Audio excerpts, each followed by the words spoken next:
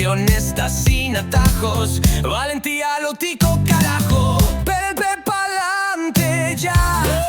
Volar, volar, volar, volar. Menos gritos, más razón. Liberales corazón. Hola, soy Andrés Corrales y esto es Mujeres que Transforman, el podcast del Partido Liberal Progresista. Mujeres que toman acción, mujeres que tienen voz. Si te gusta este episodio, dale like, compartí, suscríbete y comenta para poder estar pendiente de los episodios donde damos a conocer las historias de las mujeres que están cambiando la historia de Costa Rica. Hoy nos acompaña Katy Phillips, presidenta del partido. ¿Cómo está, Katy? Hola, Andrés. Muy bien, muchas gracias. No, gracias. Feliz de estar acá. Gracias por acompañarnos en este podcast.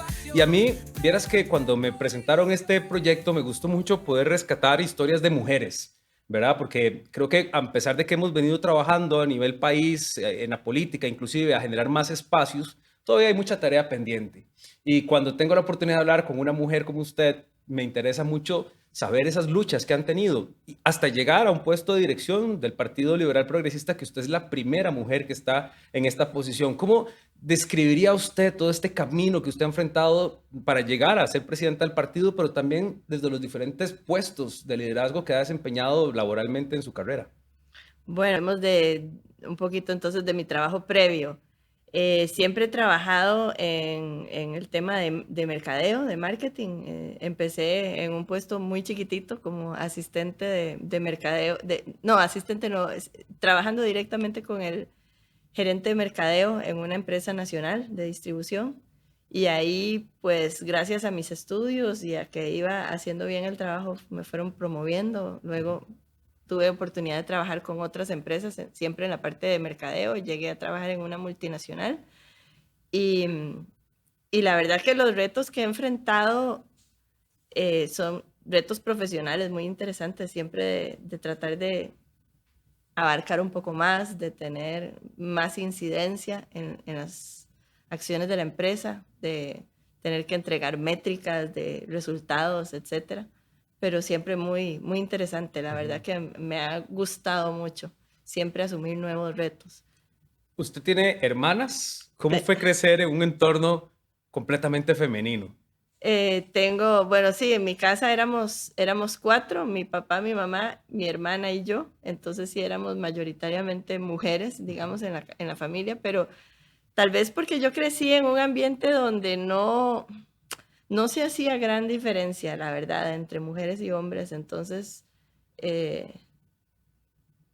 no sé, cómo te digo, eran los retos que nos ponían nuestros papás siempre fueron muy enfocados a temas de rendimiento académico, de que tuviéramos ambición de ser algo más. No fui criada en un ambiente donde se dieran roles diferentes para mujeres o para hombres.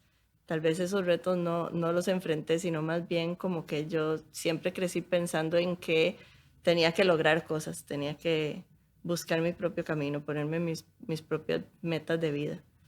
¿En algún momento sintió que esas metas de vida podían verse frustradas porque el sistema excluía de alguna manera a las mujeres o tenía mayores barreras para las mujeres?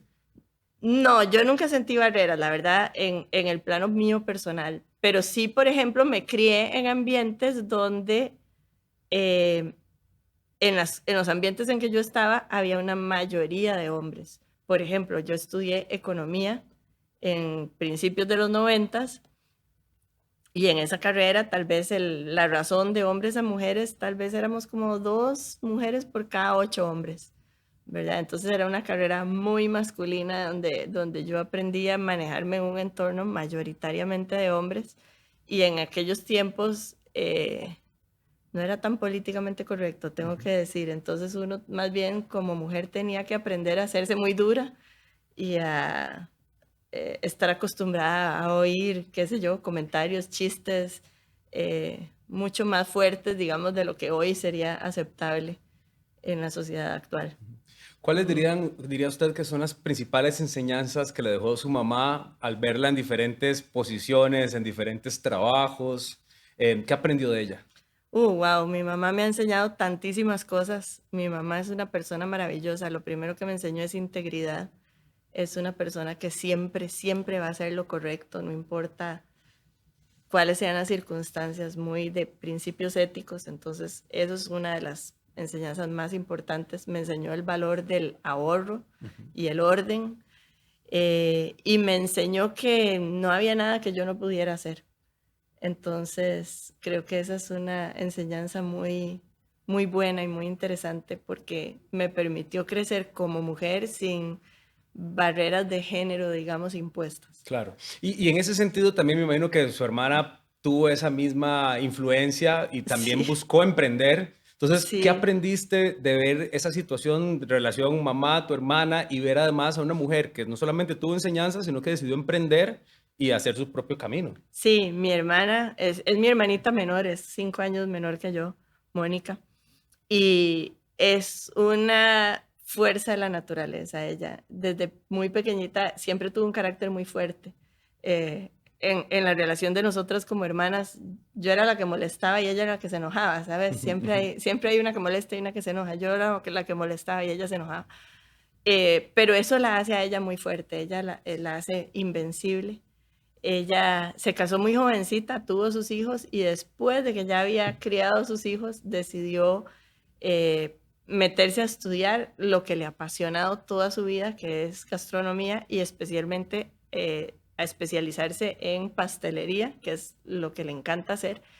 Y es una mujer súper valiente que igual no le tiene miedo a nada, no se autoimpone barreras, sino que ella dice, bueno, yo quiero hacer esto, ¿qué me lo impide? Nada, voy a hacerlo. Ujú. Y es muy, muy fuerte, tiene un carácter muy fuerte, es muy líder y eso también me hace, mm, ha tenido una influencia en mí de liderazgo, de tener una meta y buscarla y darle con todo.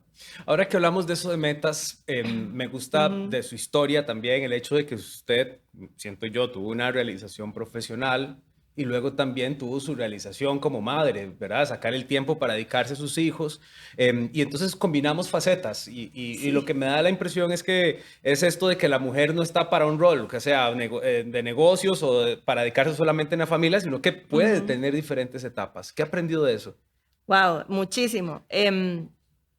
Vamos a ver, he hecho los dos roles, he sido sí, profesional en una multinacional con 23 países a mi cargo y vivir montada en un avión y luego tuve mi familia, a mis hijos, tengo hijos gemelos, ya son grandes, tienen 22 años y, y bueno, obviamente como mamá uno siempre va a decir que los hijos de uno son maravillosos, ¿verdad?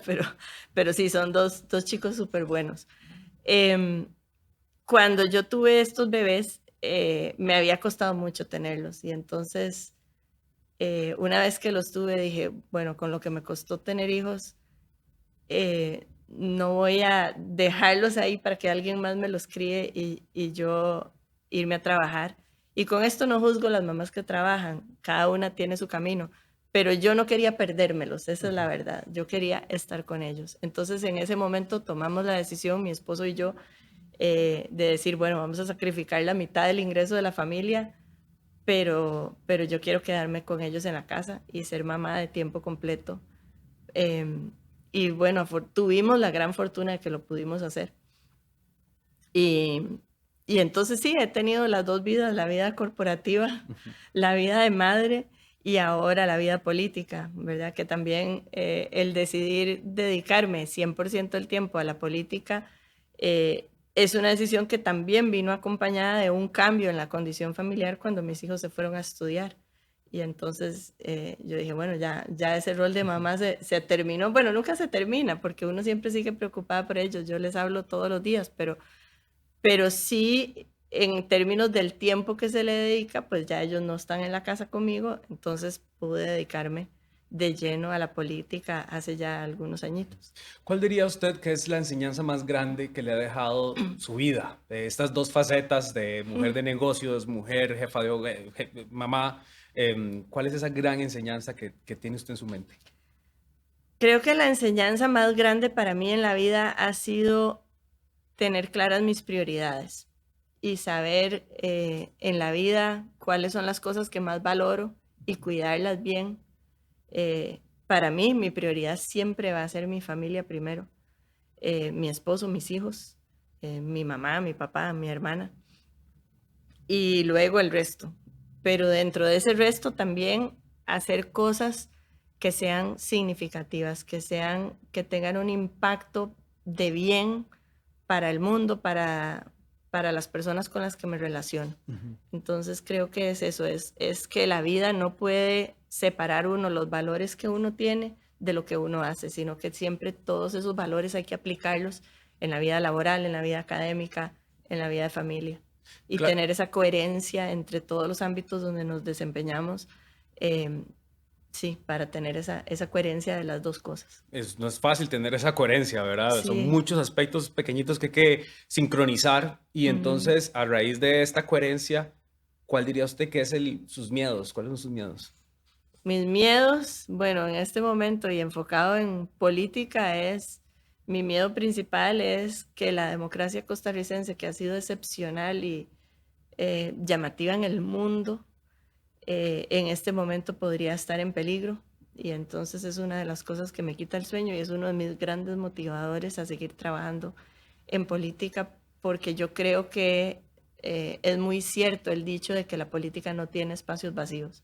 Y si las personas que creemos que se puede hacer algo bueno no nos involucramos y no trabajamos, alguien se va a meter y no siempre va a ser alguien que sea bueno para el país. ¿Qué legado piensa usted que le gustaría dejarle a las mujeres de Costa Rica con su participación en la política? Oportunidades para que cada una de ellas pueda realizar sus sueños, no importa que sean profesionales, sean de familia, sean académicos, que todas tengan las mismas oportunidades que yo tuve. Perfecto. Y dígame una cosa, algo sobre usted que usted no pondría en su currículum. Que yo no pondría en mi Ajá. currículum. De trabajos o cosas que he Lo hecho. que usted diga. Vamos a ver. ¿Qué no pondría en mi currículum? No sé, yo creo que todo lo pondría, porque uno no tiene que arrepentirse de nada de lo que ha hecho, aunque sean a veces cosas que no fueran muy significativas o que a uno le den pena después de muchos años, pero todo lo pondría, la verdad, porque todas las experiencias que yo he tenido me han formado para ser la persona que soy ahora. Perfecto. Y hablemos ahora un poco también sobre el rol de la mujer en la política. Entiendo que no es la primera mujer, afortunadamente, que tenemos en No. política. Hay muchas mujeres que han trazado caminos, pero todavía hay muchísima tarea por delante. ¿Qué le diría usted a esas mujeres que han pensado en entrar a la política, que no se atreven, que les da miedo eventualmente? Hay mucho que decirles. Creo que sí falta que más mujeres quieran participar en política, a pesar de que tenemos en este país leyes que exigen la paridad en los cargos, en los puestos de postulación a elección popular. Por primera vez tenemos una asamblea legislativa ahora completamente paritaria, donde tenemos solo diferencia de 1 entre hombres y mujeres. Sin embargo, vieras que es difícil conseguir mujeres que quieran, digamos, meterse en un partido político, participar activamente. Hay mucha violencia política, no es fácil poner el nombre de uno en un puesto y verse sometido a insultos, ataques en redes sociales, perdón, por ejemplo. ¿Qué les diría? Que se atrevan, que lo hagan, que piensen en el legado, en apoyar a otras mujeres, que lo hagan también en una forma dignificada para que cada mujer que llega a la política sea un ejemplo para otras que van a venir después, que lo hagamos con profesionalismo, con seriedad, que también entendamos que como mujeres tenemos derechos y tenemos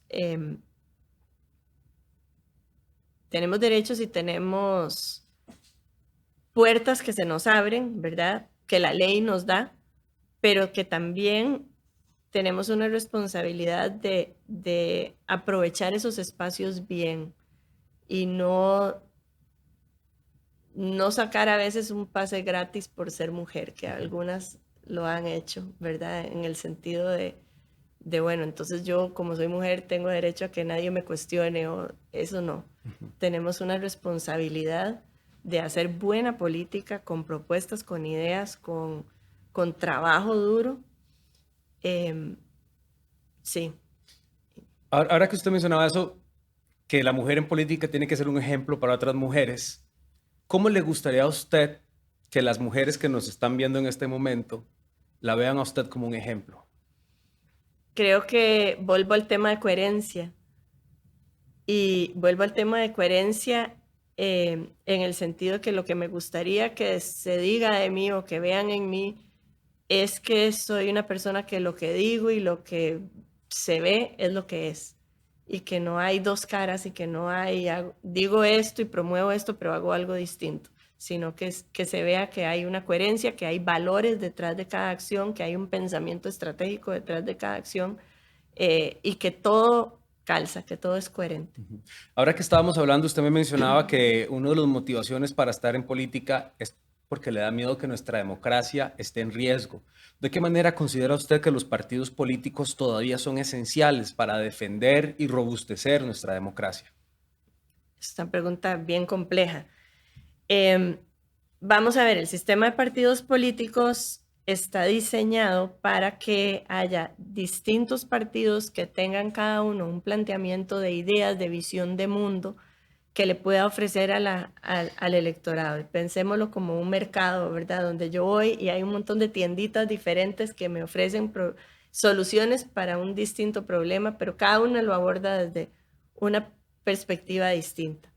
Y entonces, en ese sentido, los partidos tienen que ser también centros de pensamiento que podamos ofrecerle a la gente, bueno, esta es nuestra visión de mundo. Si usted como votante le gusta la forma en que pensamos los liberales y la forma en que los liberales resolvemos ciertos problemas del país o proponemos mejoras para el país, perfecto. Si no le gustan los liberales, bueno, están los socialdemócratas, está la izquierda, están otras opciones. Pero que cada partido sí tiene que buscar cómo ser, practicar lo que hablamos también, ¿verdad? De manera que los electores, cuando van a tomar la decisión de por quién votar, puedan decidir, ok, me gusta este conjunto de propuestas, me gusta este otro.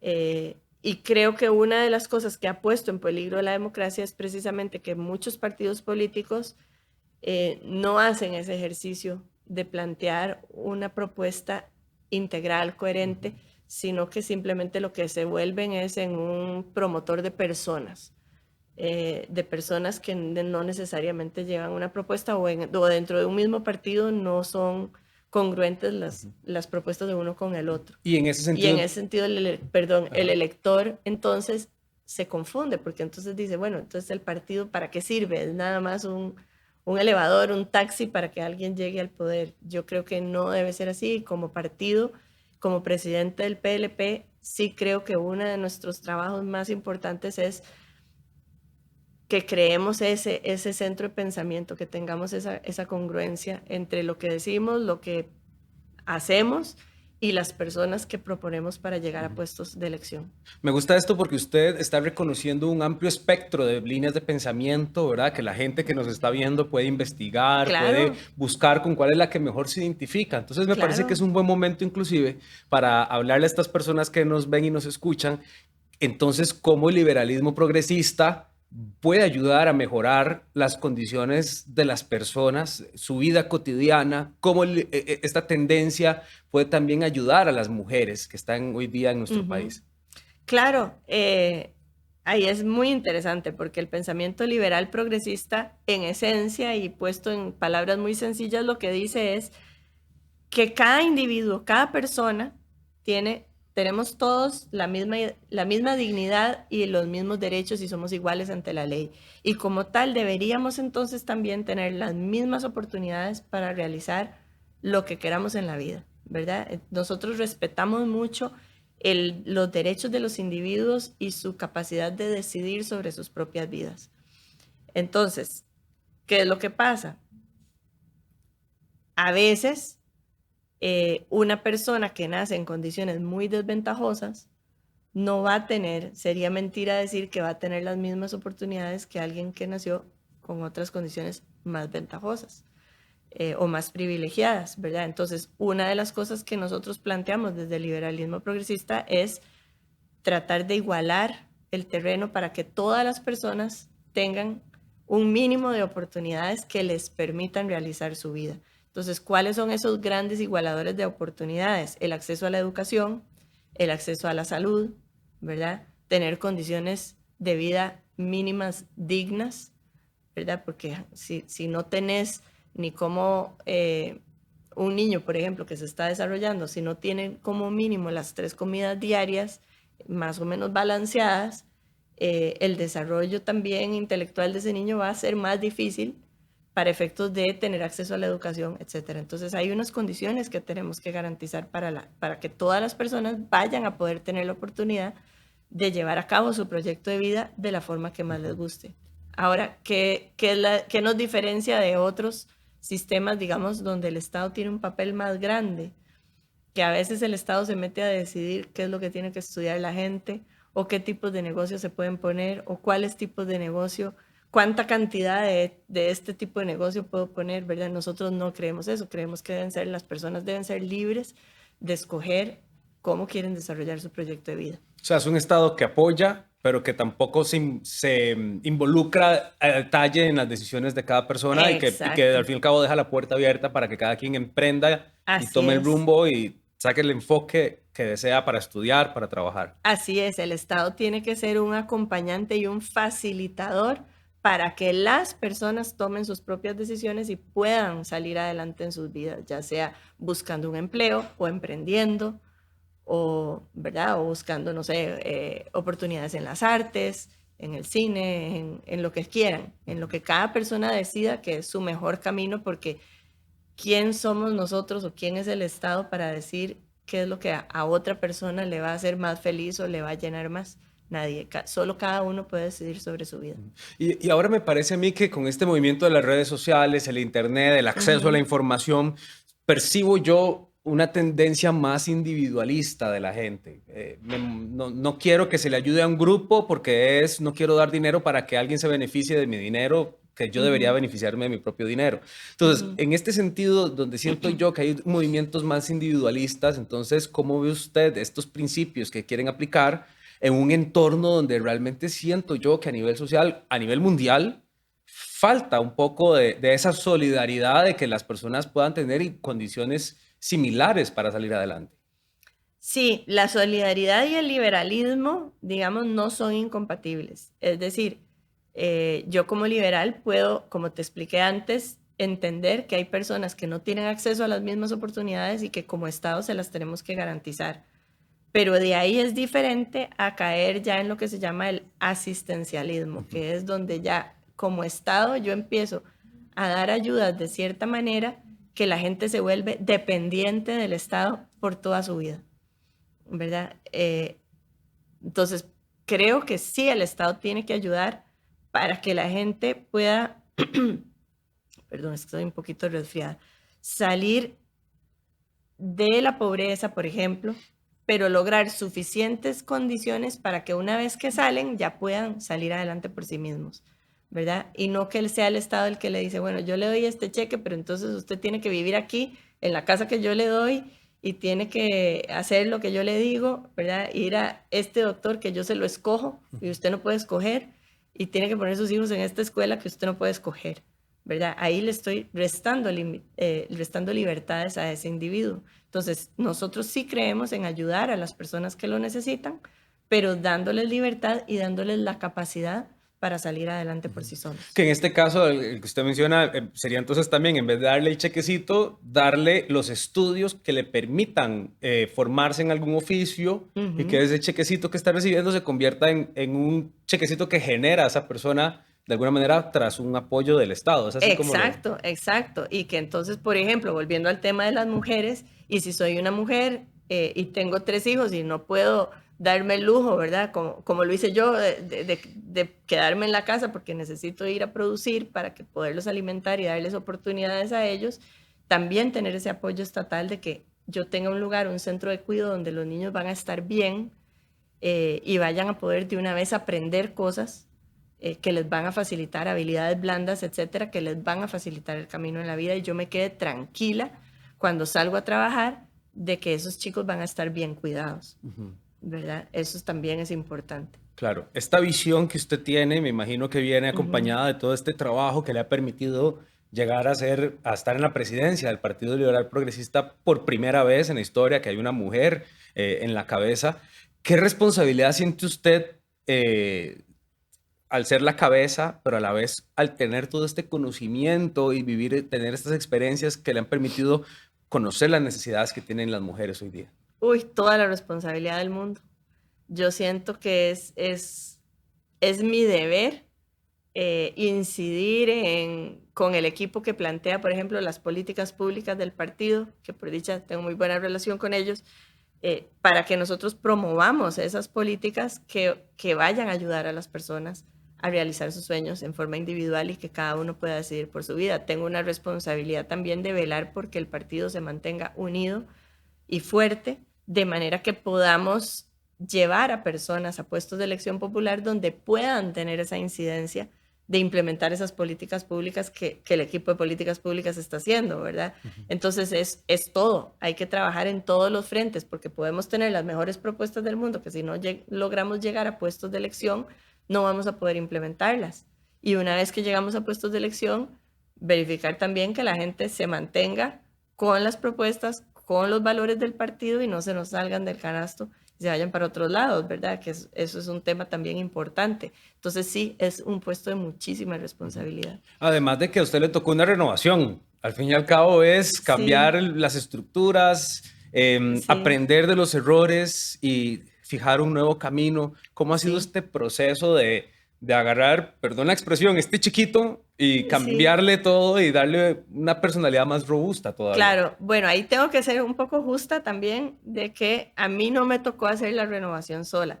Eh, Como final del proceso de renovación, yo fui electa presidente del partido, pero durante el proceso de renovación, durante todo el primer semestre de este año, todavía estuvimos bajo el liderazgo en el partido de Eli Feinstein y Eli, con su buena visión, con su liderazgo, fue el que supo poner en su lugar, en lugar a personas en todo el territorio nacional que fueron las que hicieron esa renovación de estructuras y lo hicieron muy bien.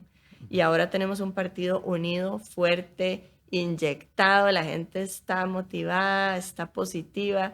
El chat de Asamblea Nacional, por ejemplo, donde están los representantes de todas las provincias, es bien activo todos los días, la gente está comentando, motivándose unos a otros, los de Limón, a los de Heredia, a los de Cartago, a los de Guanacaste.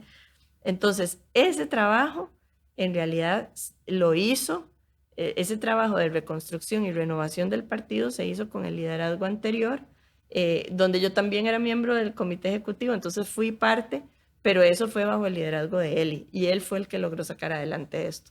Ya ahora a raíz de como culminación de ese proceso de renovación de estructuras, porque la presidencia es lo último que se elige, eh, ya yo quedé electa más bien y recibí de Eli un partido unido, fuerte, sólido y bien alineado. Eso es muy difícil hoy día de conseguir y lo estamos Sí, viendo ya en la carrera política, ¿verdad? Que ajá. varios partidos han tenido problemas con sus estructuras. Entonces, ¿cómo ha sido para usted escuchar esas voces, trabajar con un equipo unido, pero principalmente lo que acaba de mencionar, que también me gustaría profundizar, es motivado? ¿Cómo hacer que la gente se encuentre motivada en un momento tan difícil para la política en nuestro país, tan difícil para la democracia? Un momento donde la gente siento que está, eh, como decimos en Tico, un poco quitada de participar de política. ¿Cómo lograr eso? Bueno, fue un proceso largo. Como te digo, el que empezó todo el proceso de renovación fue, bueno, Eli con nuestros dirigentes territoriales, que son muchos y son muy buenos, que empezaron a hacer todo ese trabajo de renovación de estructuras y ellos fueron a los territorios, consiguieron gente muy apuntada, muy entusiasta, gente obviamente que tienen sus aspiraciones políticas y entonces obviamente van a querer participar y eso es un gran motivador, pero estamos verificando que sea gente que esté alineada con los principios del partido. Una vez que entonces se hace esa renovación de estructuras y ahora tenemos candidatos que están candidatos a diputados en las diferentes provincias, líderes territoriales. ¿Cómo hacemos para mantenerlos motivados? Bueno, es un trabajo grande. Hay que hacer un gran ejercicio de comunicación a lo interno.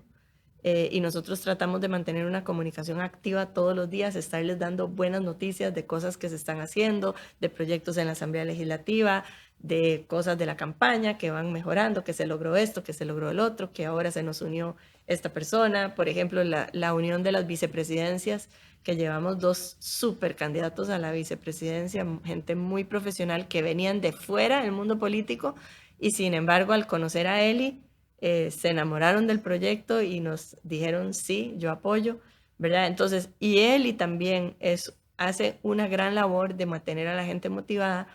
¿Por qué? Porque él es una persona íntegra, es un líder que, vuelvo al tema de la coherencia, que conmigo es muy fuerte.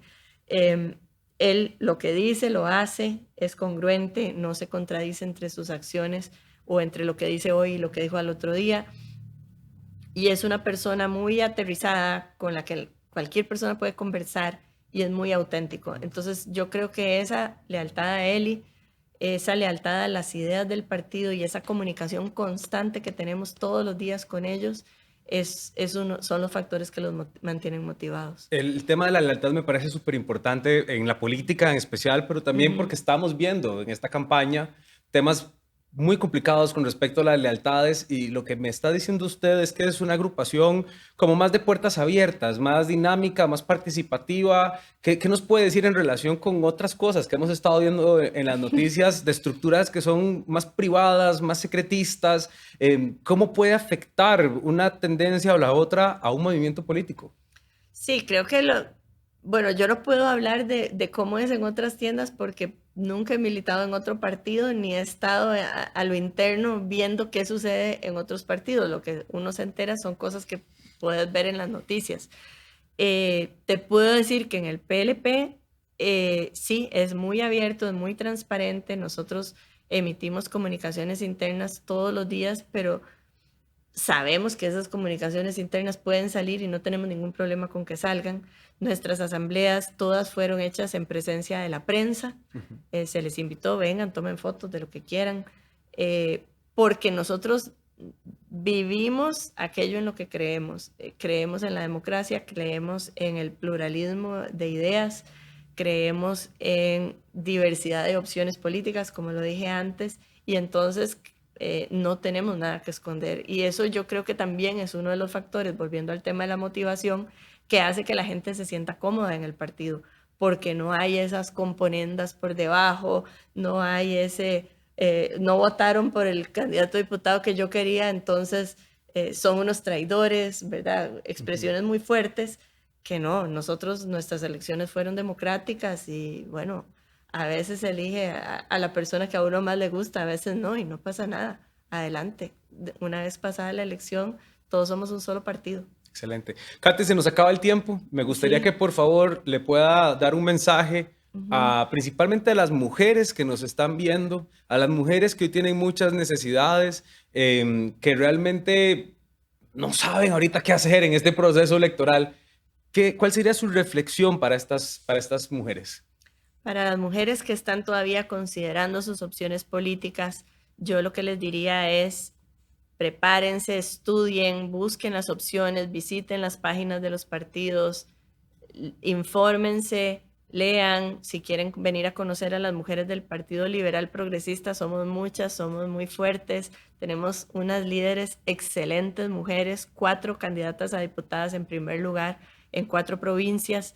Conózcannos, infórmense, conozcan también a las demás, infórmense de sus opciones y no me queda ninguna duda de que van a optar por votar a las mujeres del Partido Liberal Progresista y por Eli Feinstein con Tania Molina en la vicepresidencia y con Gabriel, que son los que tenemos las respuestas y las soluciones para aquello que a ustedes les preocupa, para la seguridad de sus hijos, para la seguridad de sus familias, para que ustedes puedan emprender las que quieran emprender, estudiar, tener mejores empleos, tener mejor acceso a la educación.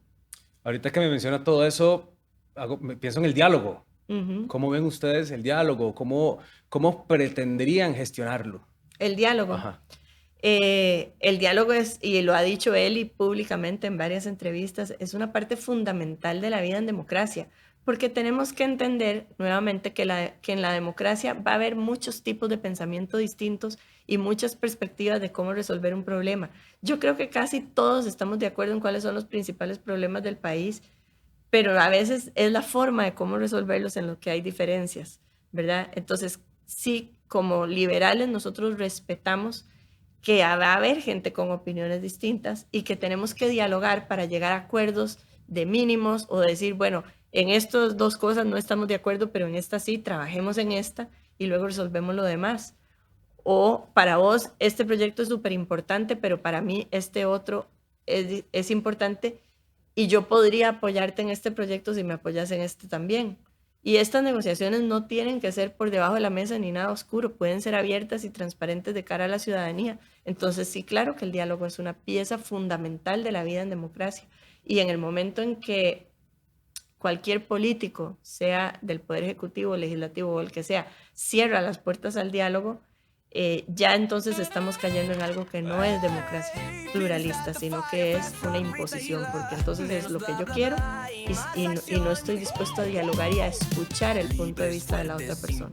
Súper interesante, Katy, muchas gracias por tu tiempo, por estar aquí con nosotros, por ser una mujer que transforma y por todas estas enseñanzas que nos deja.